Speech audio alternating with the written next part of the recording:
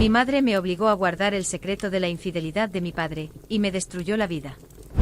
Suscríbete al canal y activa la campanita, porque esta historia no es sobre una infidelidad, es sobre cómo me convirtieron en cómplice de un secreto que casi me rompe la vida. Tenía 17 años cuando vi a mi padre salir de su habitación con una desconocida arreglándose la ropa. Ella se abrochaba una chaqueta beige con manos temblorosas, evitando mirarme, mientras el sonido de la cremallera resonaba como un latigazo en el pasillo. Mi padre apareció detrás, tieso, pálido, y al verme bajó la mirada. No dijo nada. No hizo falta.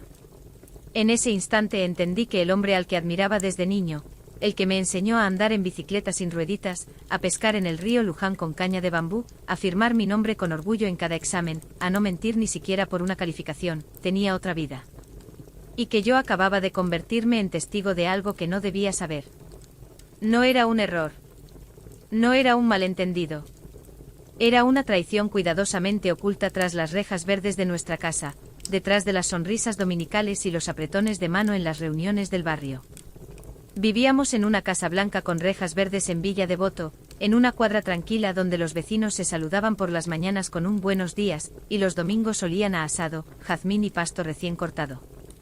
Desde afuera éramos la familia estable, la que aparecía en las fotos del Día del Padre en el colegio con el mismo fondo azul y las mismas sonrisas forzadas, la que llevaba tartas de manzana a las reuniones del barrio, la que nunca faltaba a misa los domingos ni a la procesión de Semana Santa.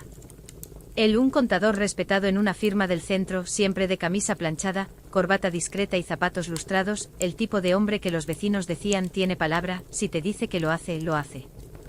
Ella, una ama de casa fuerte, de voz firme y manos siempre ocupadas, cocinaba, limpiaba, cosía, organizaba, bordaba manteles para fiestas patrias, guardaba recetas en cuadernos amarillentos con recortes de diarios, la mujer que todos en el barrio decían que tenía aguante como las de antes, las que no se quejan y siguen adelante. Yo creía que teníamos los problemas normales de cualquier hogar, discusiones por el presupuesto de fin de año, porque no había arreglado la canilla del baño que goteaba desde enero, porque llegaba tarde del fútbol con sus amigos del club, por quien había olvidado pagar la luz y nos cortaron el servicio un viernes cualquiera. Nada fuera de lo común. Hasta esa tarde.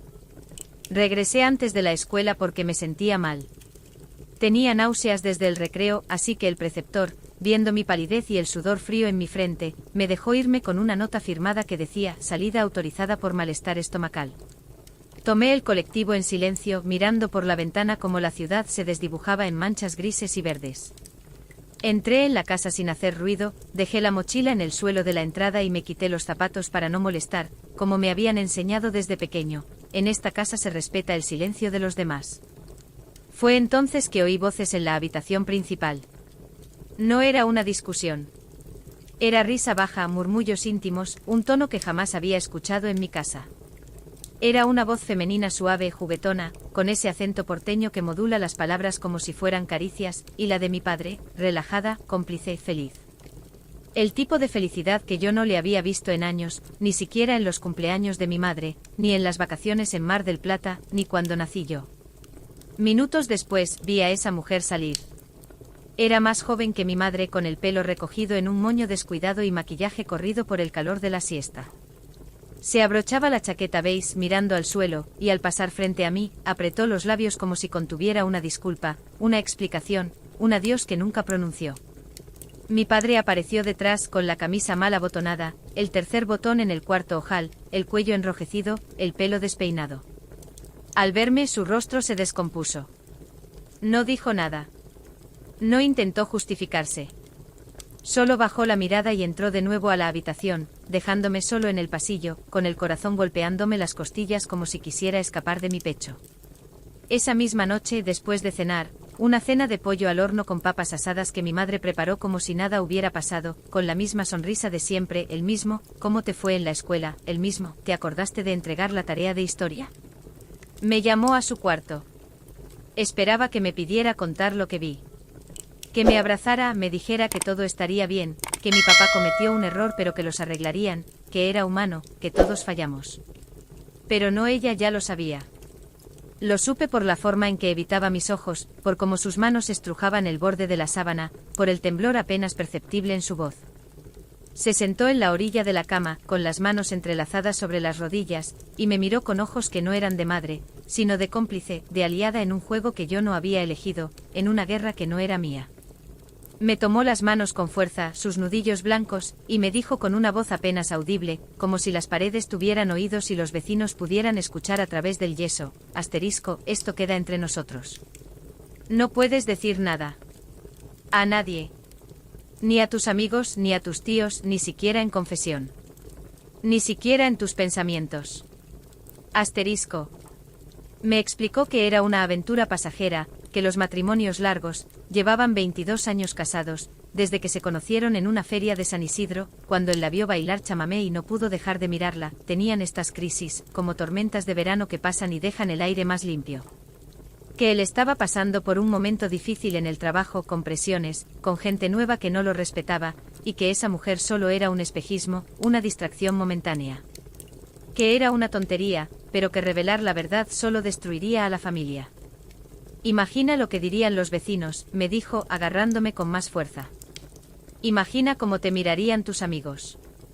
Imagina el dolor que le causarías a tu abuela, que tanto los quiere a los dos. Luego añadió, con una calma que aún me heló la sangre, como si repitiera un mantra aprendido de memoria, tú eres el hombre de la casa ahora. Debes ser fuerte. Debes ser leal. Tu papá necesita que lo apoyes, no que lo juzgues. Tu lugar es con nosotros, no contra nosotros. Yo no entendía. Tenía 17 años. No sabía qué era el mundo, pero sabía que algo estaba mal. Quería gritar, preguntar, exigir respuestas. ¿Por qué no lo dejaba? ¿Por qué lo protegía? ¿Por qué me involucraba a mí y a su hijo en su dolor, en su vergüenza, en su decisión de perdonar lo imperdonable? Pero ella empezó a llorar. No fue un llanto suave, contenido, femenino. Fue un sollozo desgarrado, desesperado, el tipo de llanto que no se controla, que sale del pecho como un grito ahogado, que te deja sin aire. Se tapó la cara con las manos y dijo entre lágrimas, si tú hablas, yo no lo soportaré. Mi vida se vendrá abajo. Y será tu culpa. Tú serás el que me destrozó. Tú serás el que rompió esta familia. Esa noche acepté guardar el secreto, no por amor, sino por miedo. Miedo a perderla. Miedo a convertirme en el monstruo que rompió su mundo. Miedo a ser el hijo que traicionó a su madre. Y así, sin querer, sin entender, sin consentimiento, me convertí en guardián de su silencio, en carcelero de mi propia verdad. Desde entonces, cada vez que oigo el sonido de una cremallera, siento el mismo nudo en el estómago, como si el tiempo retrocediera y volviera a esa tarde. Cada vez que veo una chaqueta beige, me detengo en seco, como si el mundo se congelara y yo volviera a ser ese chico paralizado en el pasillo. Ese día no solo perdí la inocencia. Perdí el derecho a ser un hijo. Perdí la confianza en que los adultos siempre saben lo que hacen. Perdí la fe en que el amor es suficiente, en que la familia es un refugio, en que la verdad siempre sale a la luz. Aprendí que el amor también puede ser una prisión, y que la lealtad a veces es una soga. Mi vida cambió de raíz.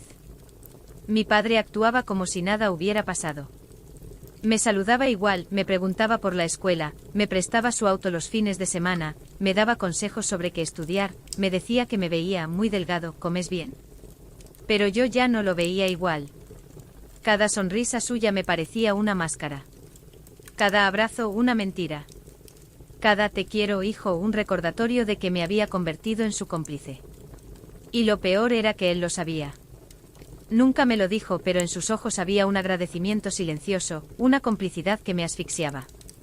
Mi madre en público seguía siendo la esposa orgullosa, la mujer que controlaba cada detalle del hogar, la que llevaba flores a la iglesia cada primer viernes, la que organizaba las cenas de Navidad con precisión militar, contando platos, copas, servilletas, hasta el último detalle. Pero en privado, se volvió vigilante, ansiosa, obsesiva. Empezó a revisar su ropa cuando él llegaba del trabajo, a oler sus camisas en busca de perfumes ajenos, a guardarlas en bolsas separadas para no mezclar lo suyo con lo nuestro. A marcar las fechas en un calendario escondido en su placar, con cruces rojas en los días que él decía que trabajaba hasta tarde, y círculos verdes en los días que volvía temprano. Y a mí me preguntaba cosas como, ¿vio algo raro hoy? ¿Te pareció que llegó contento o triste? Asterisco, asterisco, ¿notaste si su celular sonó más de lo normal? Asterisco, asterisco, ¿te habló de alguna mujer nueva en la oficina? Asterisco, asterisco, ¿lo viste mirar el teléfono con una sonrisa? Asterisco, yo dejé de ser su hijo. Me convertí en su espía, su guardián emocional, su refugio de miedos, su testigo silencioso. Y lo peor es que ella lo sabía, y lo usaba. Con el tiempo ese secreto empezó a devorarme por dentro como un cáncer lento que nadie ve.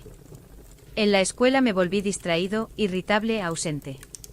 Dejé de entregar trabajos, de estudiar, de soñar con la universidad. Mis amigos notaron el cambio, pero yo no podía decirles por qué. ¿Cómo explicarles que cargaba con la infidelidad de mi padre como si fuera mi propia culpa? ¿Cómo decirles que cada vez que veía una pareja tomada de la mano en el subte, pensaba en la hipocresía que se esconde tras esa imagen de amor perfecto? Mis primeras relaciones fueron un desastre. No podía confiar. Si mi novia tardaba en responder un mensaje, revivía esa tarde, la chaqueta, la cremallera, el silencio. Si alguien hablaba de fidelidad, me reía por dentro porque sabía que las promesas se rompen en silencio, sin testigos, sin ruido, sin consecuencias visibles.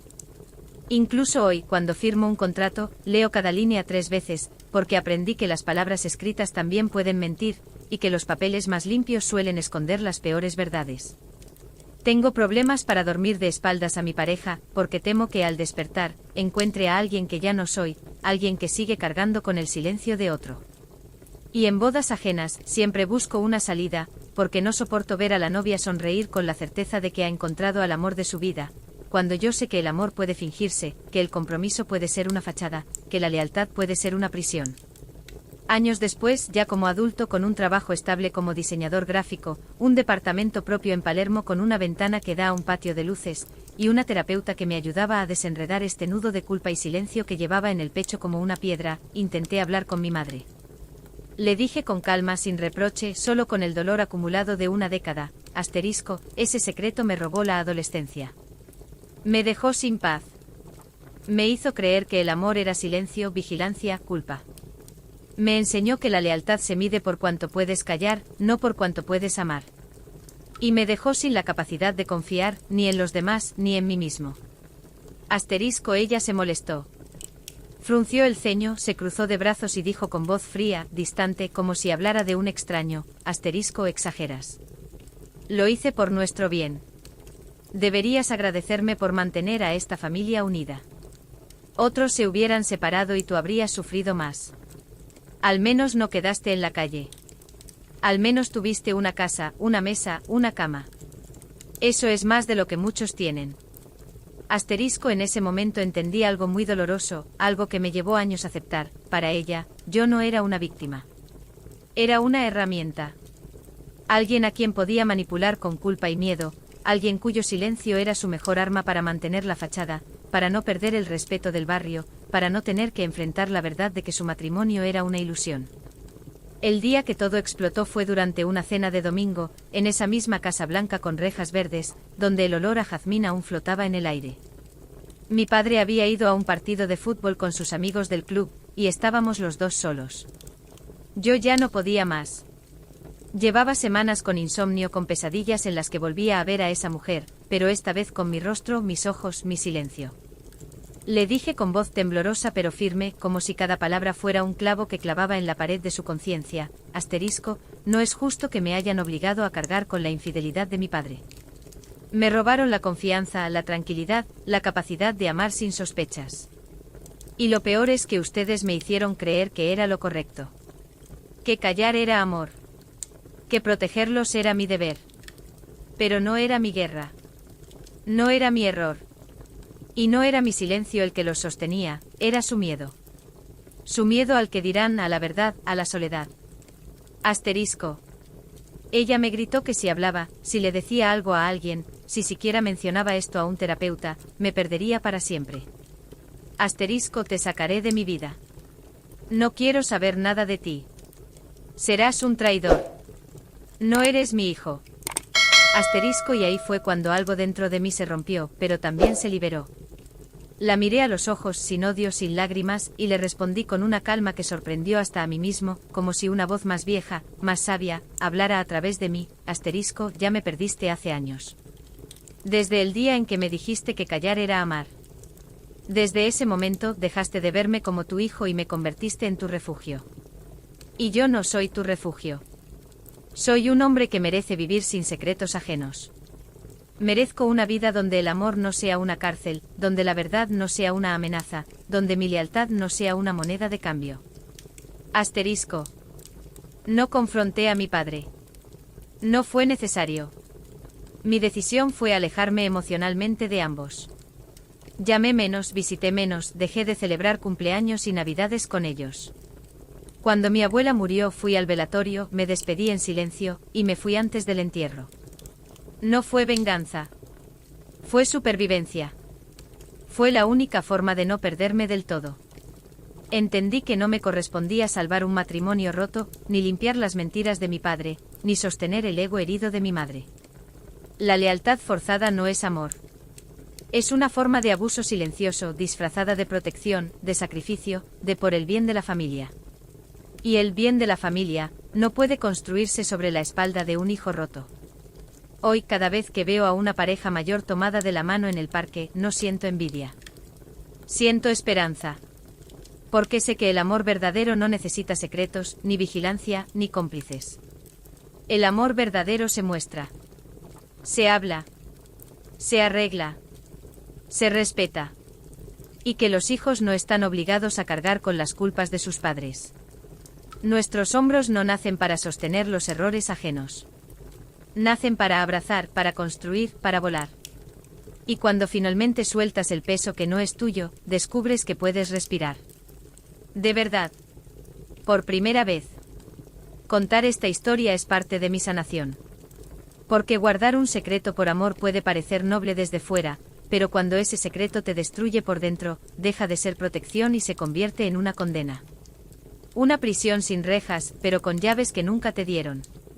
Si estás escuchando esto y guardas un silencio que no es tuyo, pregúntate, ¿de quién estás protegiendo la paz? ¿La de ellos, o la tuya? Si esta historia te tocó, no te vayas sin escribir en los comentarios, ¿tú qué habrías hecho en mi lugar? Y no olvides suscribirte porque aquí contamos verdades que duelen, pero que también sanan.